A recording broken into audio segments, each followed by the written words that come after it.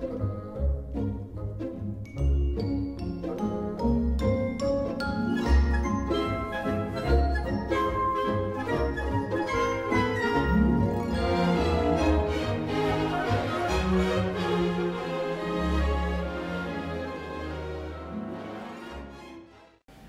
of course, came the day that changed everything. The day war was declared, Sunday. I was at home when I heard that they bombed Pearl Harbor. A few hours later, I got a call from our studio manager, who in turn had been called by the police. He said, "Walt, the Army is moving in on us. They came up and they said they wanted to move in." I said, "I'd have to call you first." They said, "Call him, but we're moving in anyway." So 500 troops moved into the studio. Well, just to keep the organization together, I had to make a military reserve out of the place. You know, we all had to be fingerprinted and cleared by the FBI and so on to work here. But you know, the animated training film, pioneered by Max Fleischer during that other horrible World War years ago, played a key part in training troops and support personnel for that war. The tests revealed that trainees learned faster when material was presented in animation rather than live action or illustrated lectures. And so, the US Army hired us to produce animated training films. Now, we did one series that we called Rules of the Nautical Road. Thousands and thousands of feet we turned out, done very simply on what various lights meant, and so on. It was longer than Snow White and Pinocchio combined. You know, these films had to be produced quickly and cheaply, often on budgets of $15,000 or less, and we had spent more on a 7-minute short a decade earlier. And then we did a lot of things for Lockheed. We did one about the torque wrench. You see, up until the time the torque wrench was invented, people went by the way the wrench felt when you were tightening the bolt. Now with, this word, some words I just can't say, with aluminium, that's not it. What's that word? With alahula. It's just, with aluminum parts, that's it. With those sorts of parts, folks would tighten nuts to the point that the bolts would crack at the first vibration. Anyway, we'd work on these things between other projects. That was the crazy thing about them. You know, we'd dash out the animation, maybe spend a week on it. I don't know what the characters were. You know, sometimes they were these dull-looking Mr. and Mrs. type things. Excuse me, one moment. Yes, Lucille? Lily? Oh, we'll put her on. Hey, Lily, what's the matter?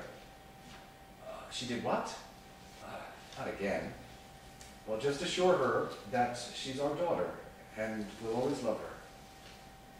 Yes. Well, just call me if you have to.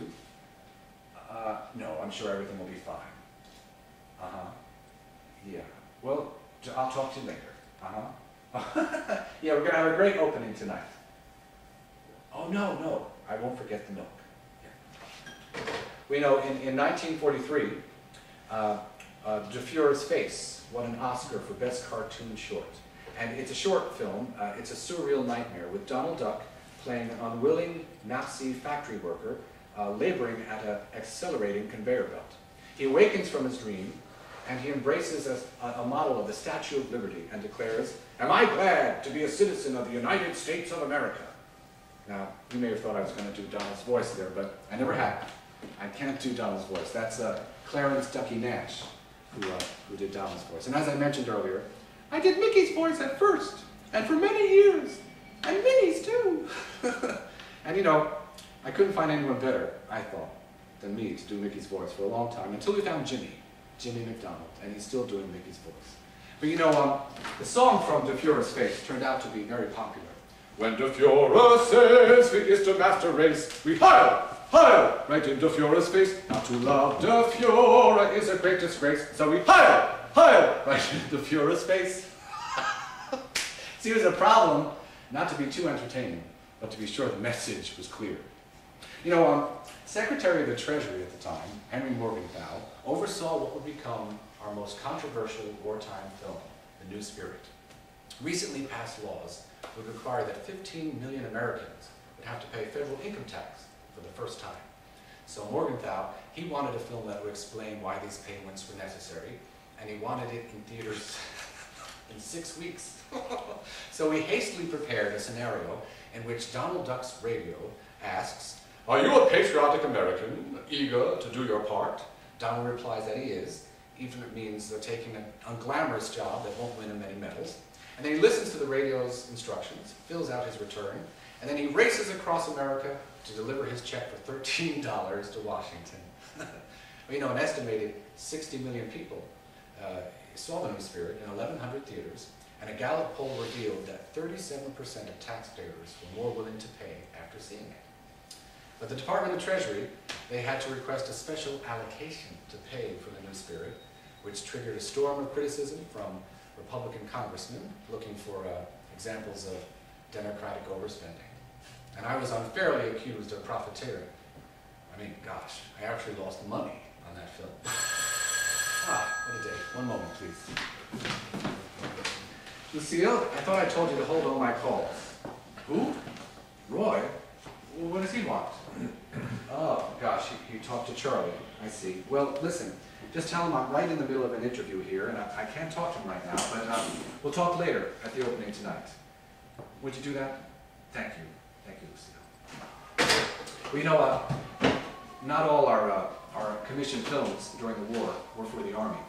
Beginning with South of the Border in 1942 and The Winged Scourge in 1943, we've already made 18 health films for Nelson Rockefeller. And aimed at a largely illiterate Latin American audience, these films explained nutrition, hygiene, sanitation, and infant care. Anyway, when you think back to all the films we made during the war, it's amazing. I mean, how did we do that? Well, with the impetus of war, everybody seemed to wake up. It was a Rip Van Winkle sort of thing, because it had been easy before that. Anyway, that brings us up to today, and our new film, Song of the South, which, like in our current times, is set in a period right after the country's been through a horrible war. A time in need of love and kindness and lots of laughter. You know, I've been at this business for a long time, and every day some new battle comes up to battle me and my studio. But as long as we can get a few laughs out of it, we're happy. When you're blue and feeling low, that's the time to go ho ho. Old man Trouble will leave, I know, when he hears your ho ho ho. Boy, am I in luck. I think about my laughing place and yuck, yuck, yuck, yuck, yuck, yuck, yuck, yuck. Everybody's got a laughing place to go ho ho. Take a frown, turn it upside down, and you'll find yours, I know, ho ho. Really? I don't usually sing like this. I mean, not in front of people. Oh, I have to take a break. A vacation. You know, I enjoy taking my daughters to amusement parks. In fact, I'm taking the whole family to Tivoli Gardens in Copenhagen next month. Have you ever been there? Well, that's what an amusement park should be like. Safe and clean and friendly. You know, if ever I was to create one of those places, I would... What? Excuse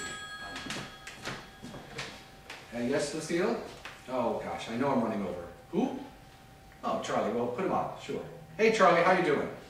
Uh-huh. Oh, yeah. I heard you talked to Roy. I see. Well, you know, I don't care about what you can't do. I just want to know about what you can do. You know me. I'm a happy ending guy. Oh, okay. Well, give me 30 minutes and I'll meet you over there. No, Charlie. That's the best I can do. Okay, thank you. Hey, Lucille, call down and have them get the car ready. I've got to fly out of here. Yes, thank you. Well, gentlemen and ladies, I must now bring this lovely meeting to an end. And I'm really sorry about all that singing. Bobby, you're here. Wait. Hey, Lucille, Bobby's here. What do you mean you didn't see him? He's right here. He's here. Ah, never mind. Just bring him in a soda pop, will you? Thank you, Lucille. Gentlemen and ladies, may I introduce Bobby Driscoll. What's the matter, Bobby? What? You're not Bobby Driscoll. What? You're dead. Oh, Bobby, stop that. You're not dead, you're just nervous. Bobby, pay attention. What? What? Oh, Bobby, you are not. What? You were carried on a velvet pillow and then dumped into a garbage can? What are you saying? Bobby, that's not true. Why would you say such a thing?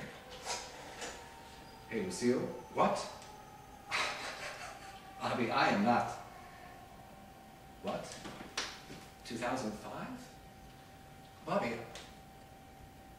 Oh.